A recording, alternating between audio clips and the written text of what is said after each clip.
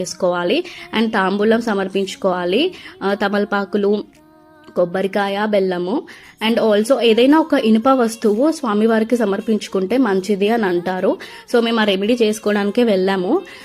So ఇదన్నమాట గుడి ప్రాంగణము. ఇవన్నీ మేము తీసుకున్న వస్తువులు.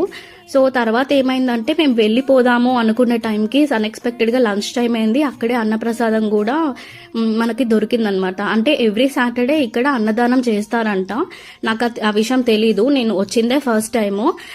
అసలు అన్ఎక్స్పెక్టెడ్గా వచ్చాను. రావడమే గొప్ప అని అనుకుంటే నాకు ఇక్కడ అన్నదానం ఫుడ్ కూడా దొరికింది, మహాప్రసాదం. సో ఇదన్నమాట. అండ్ ఆల్సో ఈరోజు పౌర్ణమి కాబట్టి గుడి వాళ్ళే మనకి సత్యనారాయణ స్వామి వ్రతం కూడా చేశారు.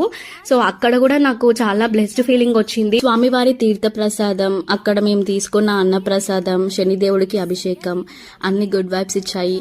Thanks for watching my video. Subscribe.